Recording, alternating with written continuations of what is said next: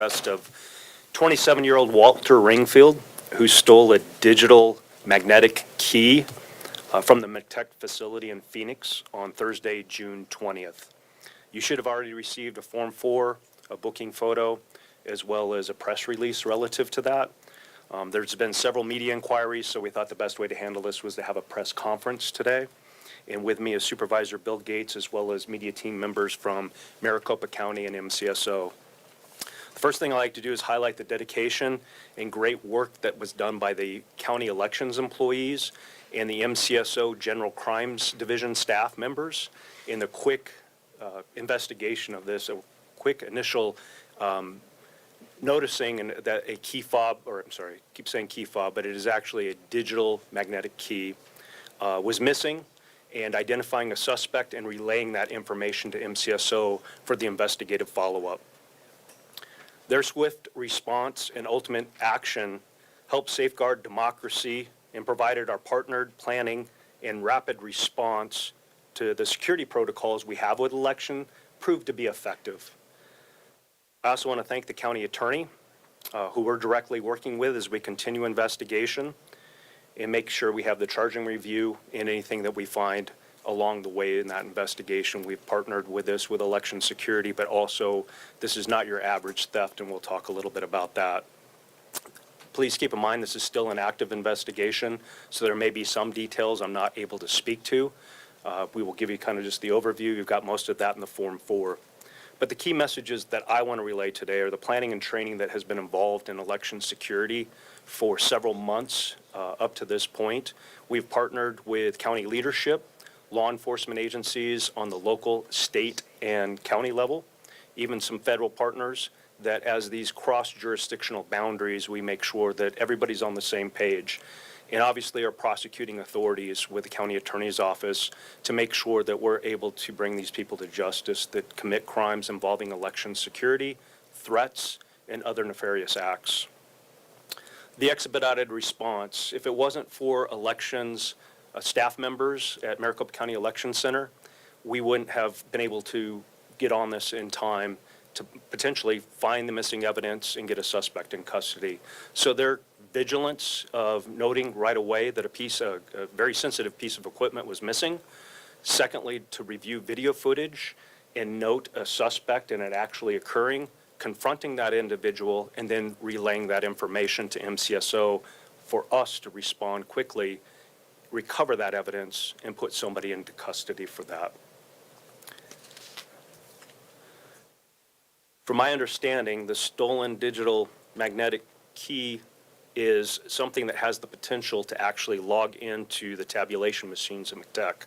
So you can understand the concern and the implication that might have. The impact of this theft is estimated at over $20,000. That is part of the criminal damage charge that you see with this, because now McTech has to go through and ensure the integrity of that security and reprogram those machines and those keys. And this is all because of one person's criminal action.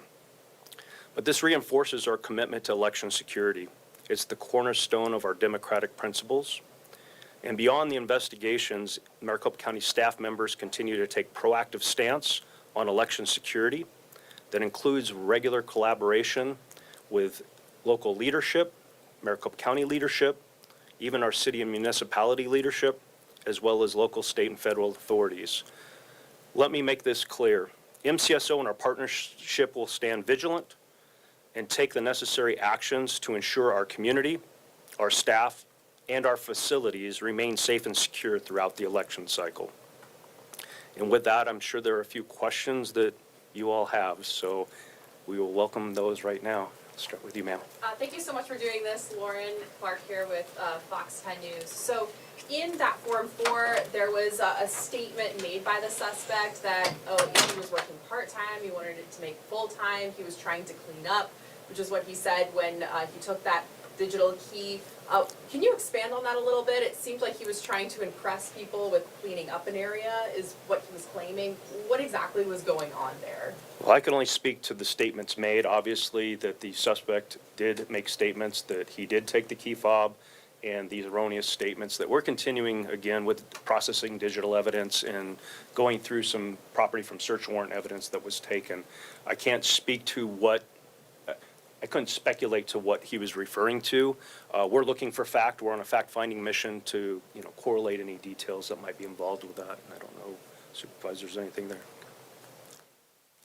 I just want to kind of cut straight to the chase here. Do you guys have reason to believe that this was politically motivated at all, or do you think that this was just somebody who took this item because it was valuable or because they made a mistake? Yeah, at this time, again, I can't speculate. We're still combing through a lot of digital evidence that was taken at the scene and going through items that were taken in the search warrant. We don't have any indication at this point, but we're not ruling it out. We're going to leave no stone unturned. We're going to make sure that we do evaluate all the evidence that was out there and ensure that we follow up on anything that may be potentially directing us somewhere else or other actors that may be involved in this. But at this point, we do not have anything that indicates that. I have a question, right here. GOP Chair Swoboda has been critical with the Board of Supervisors, saying there's been a lack of communication between the state party on this case. Is there a reason for that lack of communication, or what she perceives as a lack of communication? So thanks for the question. We are Maricopa County, so we work very closely with the county Republican Party. And in fact, when this issue came about last Friday, we quickly reached out to the county Republican Party. And one of the things we haven't talked about yet today is all of the protocols that are in place that have ensured that this very unfortunate incident has not affected election security in any way. And one of the things that we did, and in fact I have this, so in case you haven't seen it, this is the black security key. So this is an example of what the keys look like. And so once we had this incident, and once we learned that this security key had gone outside of the ballot tabulation center, we reprogrammed the tabulation machines, and that deactivated this. The additional measure that we took was that we did a brand new logic and accuracy test, and we reached out to all of the county political parties and invited them to be a part of that logic and accuracy test. In addition, yesterday morning we reached out to the county Republican Party, all of the county parties, and gave them a briefing on this criminal situation. And for the sheriff, really quickly, Mr. Ringfield's been quite active on social media over the years. Is that playing a role in the investigation? Obviously, we look at all evidence in these type of investigations. We will look at social media. We're combing through all of that. Again, we don't have anything that necessarily ties in to anything beyond what we have at this point, but we will look at all those avenues, absolutely. This day and age, we have to. You're absolutely right. Do you have any additional information about the Yeah, I would not have information necessarily on that felony case. I know it wasn't out of the sheriff's office. That would be something that maybe from the county attorney's office that you could ask, but I don't personally have any information relative to that. Who has access to these key fobs? Is there certain security clearance level? Also, is there any additional security measures if they leave the premises? Does it notify the necessary people? Yeah, so this black security key right here, this is utilized under normal circumstances. This is just used on election day. This is for the election day tabulators. So the folks who are involved in that, going out to the 223 vote centers that we'll have across Maricopa County on July 30th on primary day, this will be out there.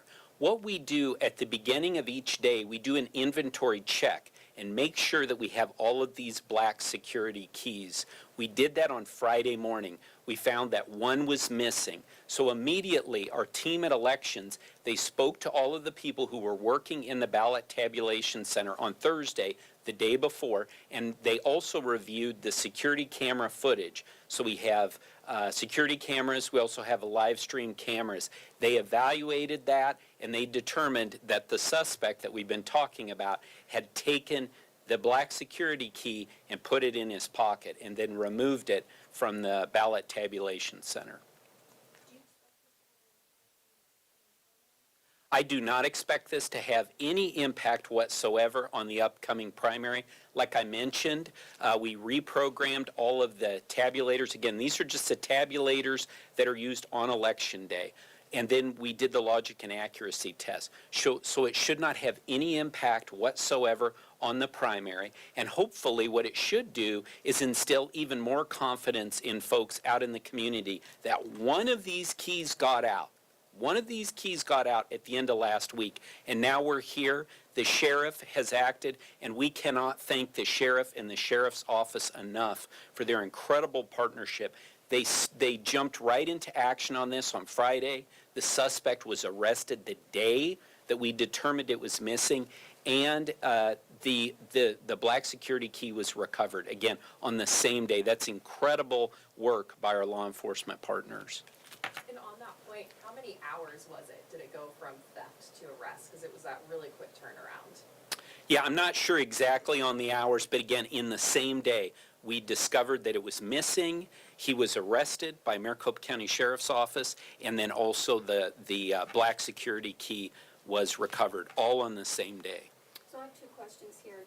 Okay, so Mr. Ringfield was in a felony diversion program. Had the county known that, would he have been hired? So again, like the sheriff said, we're not going to get into the specifics of this case at this point, but we do for all of our temporary employees, and he was a temporary employee in elections, we do a criminal background check. And when we did that criminal background check, we did not find this. He was on diversion, and that is something, again, that's a case-by-case basis that we look at this. But it takes 2,000 to 3,000 temporary employees to run an election in Maricopa County. So security is very important, and we look at each one of those cases to ensure the election security. Okay, and my second question, the security key that you're talking about, just one is costing the county $20,000.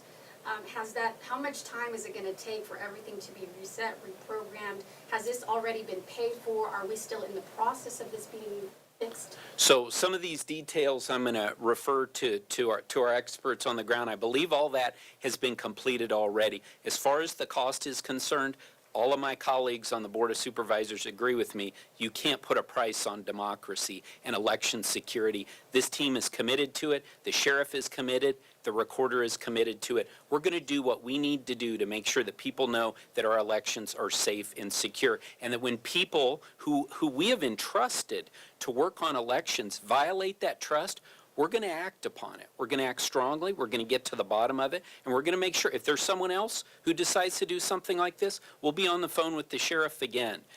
We're not messing around here. This is too important, and we know that the residents of Maricopa County and the voters of Maricopa County are trusting in us to make sure that this is a safe and secure election. Sorry, one more. So obviously, since that incident, you have protocol in place because you caught what had happened. Has this incident shifted the process or what y'all do on an everyday basis to make sure that, this doesn't happen again? Obviously, there was already protocol in place, but have you taken additional steps to make sure that this doesn't happen again?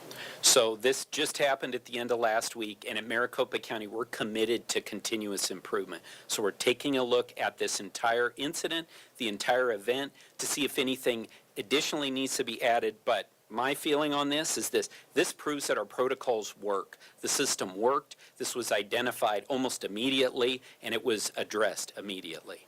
There was mention of another key besides the fob on that.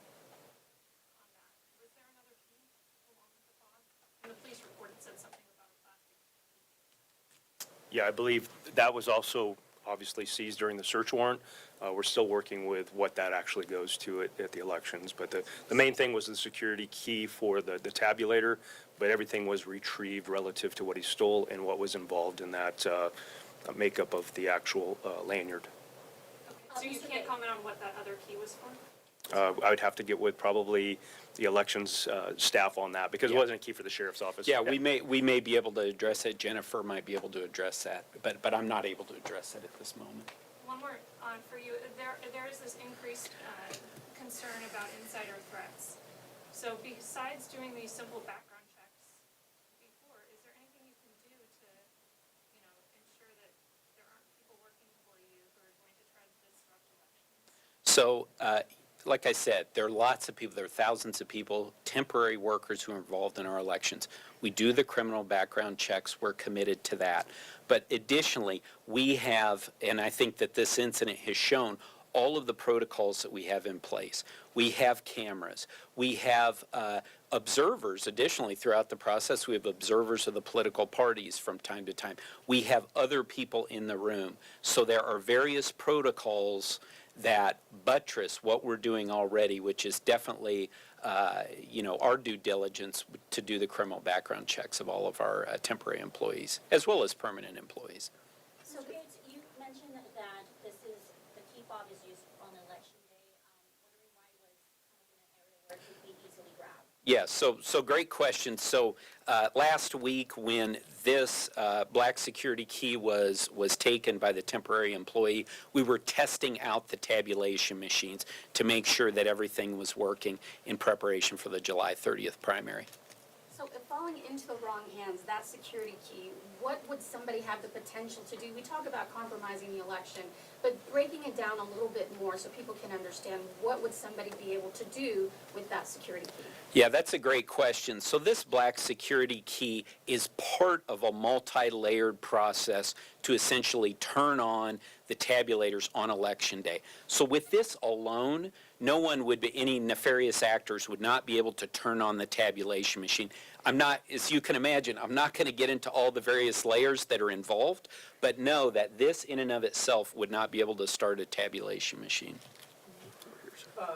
He said that he took it by mistake. Are workers at the tabulation center trained, and do they understand the importance of the black key, and will they recognize it by looking at it, the importance of its security? Yeah, and on that one, I believe the answer is yes, but I'll let Jennifer and the rest of the team from elections address that in more detail. Given the county's history of conspiracy theories surrounding elections, is there any concern that this incident could spark a new wave of those conspiracy theories? So unfortunately, as you say, at Maricopa County, we have been subject to many conspiracy theories over the past few years, which have been debunked time and time again. I certainly hope that people don't take this incident to spin up new conspiracy theories, but that's exactly why the sheriff and I are here today, to answer these questions, to address this, and frankly, to let people know that our protocols worked. That's the headline of this story. And with the investigation, is there any indication of any co-conspirators at this point? Are you looking at possible other folks at this point too? Yeah, and again, we don't have anything leading that way that points that direction, but we are combing through the evidence. Obviously, digital processing, cell phone processing does take time, and we take this seriously. There's zero tolerance with it. We are going to follow it all the way down the trail that we can, and if we do find that, we will obviously follow up on that and hold other people accountable if that's the case. Are you looking at his communications through his phone, his computer? Is that part of the search warrant and investigation process? Yeah, I can tell you the search warrant's very detailed in reference to digital evidence working in there for many, many years. We will follow through a lot with especially with computer evidence or cell phone evidence, and look at what is tied to the actual case. Obviously we have to have a scope and authority that we can do tied to this investigation. We don't have anything that goes beyond that, but I can tell you that, yes, we'll look through a lot of that type of evidence. Besides the involvement of the county attorney and the sheriff's office, the FBI is also involved, correct?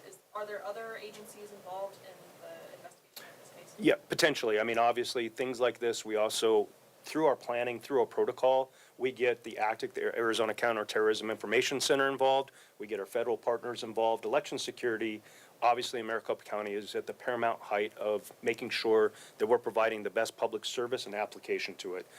We communicate with our other federal partners, our county leadership, and other people that may be involved in that to make sure that there is nothing outside, that we make sure we also go to the boundaries. 2 more questions, and then if there's some other things, we'll refer you to our media team. Oh, any plan to release some of that video showing? Yes, we potentially will. I think that's actually queued up. You could probably check with our media team on that. Got a new out of it. Buried the lead. Yes. No, and so I'm going to close out just more or less saying thanks again to all the partnership we have with the county and our local partners. It's been great. The employees have been phenomenal in how they're responding to this. Everybody knowing that democracy is going to prevail here. We are committed to it with a zero tolerance stance of any type of criminal activity or nefarious acts being involved. And it just shows the communication line, the partnerships with Supervisor Gates here. As we move forward through this, we're going to ensure to follow up on anything. And if you have further again, our media team's here to be able to answer those questions, but I thank you for your time today, and we'll keep you posted if anything else starts to pop. Thank you. Thank you.